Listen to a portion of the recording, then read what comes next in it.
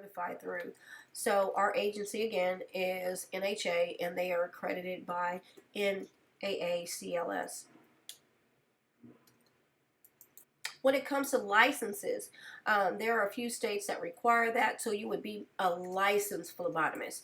That is Washington, California, and Louisiana, and they require you to be licensed. So if you were to transfer to that state, you may have to take another test. On page 7 of the textbook, it lists all the accreditations and certification agencies, also about continuing education. Again, we are approved by National Health Career Association, in short NHA, which is listed on the bottom of the page. Like many certifications, you have to keep up your certification. So within 2 years or before your 2-year anniversary, you will be expected to take in-services, what we also call continuing education. NHA requires 15 units of continuing education every 2 years. Informed consent means that you've made the patient aware of the risks and benefits of the treatment. And when you introduce yourself and you let them know what you are doing, you have informed them of the procedure. Also, if they ask if it's going to hurt, you don't want to tell a lie. It is going to feel like there's a little prick, and that's what I always say. Well, you'll feel a little pinch or a little prick, and then it's over in a few seconds. Implied consent is something like if a person comes to the ER and you're doing CPR on them and you can't make them aware of the risk and benefits.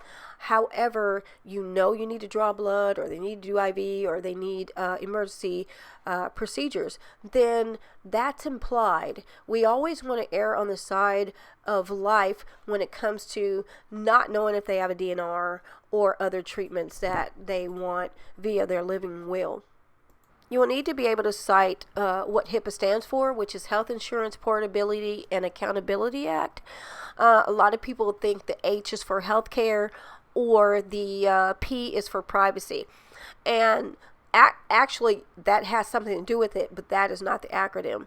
And this law protects a person from their personal and demographic information, as well as their medical information, from being displayed or given to agencies or other companies or individuals that you have not deemed necessary for them to have. You probably remember going into a doctor's office and you have to fill out forms for HIPAA, and it actually allows you to create a representative that can get your information, or whatever medium you want to receive your diagnoses, via phone, email, fax, and that law is to protect one's diagnosis and privacy, especially from insurance agencies. That's pretty much why this law came under development, was because of the AIDS epidemic, diabetes, cancer back in the 80s. And insurance companies would call doctor's offices or even family members and ask about a patient's diagnoses, and then that patient wouldn't be able to port their insurance to another company, or they may be dropped. And that's where the portability piece comes in, porting the health care insurance, and then the accountability of keeping that information private. Now let's answer the what would you do question on page 2 of chapter 1. As we discussed, your personal appearance is very important. It will also determine how that patient perceives you or receives you. So in short, if it's required that you don't have long nails, then don't have long nails. I believe it's about 1/4 from your nail bed that is appropriate. And as far as Artificial nails, I mean, you're dealing with blood and you're in places that have heavy bacteria. You do not want to bring that home or, have the risk of having it under your fingernails and you actually transferring that bacteria to another patient. Remember, we are sticking the patient, which requires a needle into the skin that penetrates the skin. Therefore, there is an open area. Therefore, there is the advantage of bacteria getting inside of a wound or open area since the skin is not intact. Also, piercings, and take them out. Cover them up. Tattoos, again, if you got them all the way up your neck, then you're probably going to have to wear a turtleneck throughout your career. As far as arm tattoos, you want to make sure that you have the sleeves that cover that.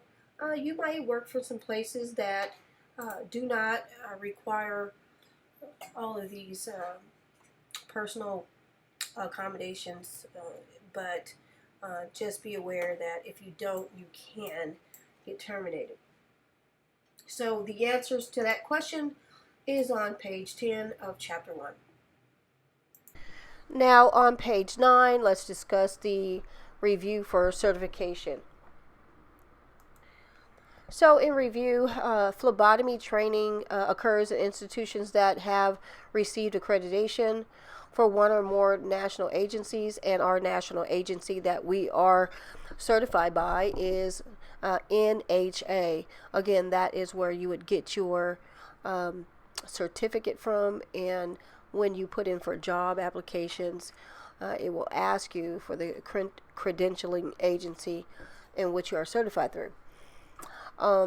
Again, the licensed areas that if you go to another state, is California, Louisiana, Nevada, and Washington. You always want to adhere to HIPAA regulations. You really don't want to have the Office of Civil Rights approach you with any type of issue of confidentiality. Not only can you get civilly sued, but it could be a form of assault. Okay, now take the multiple choice question test after this module.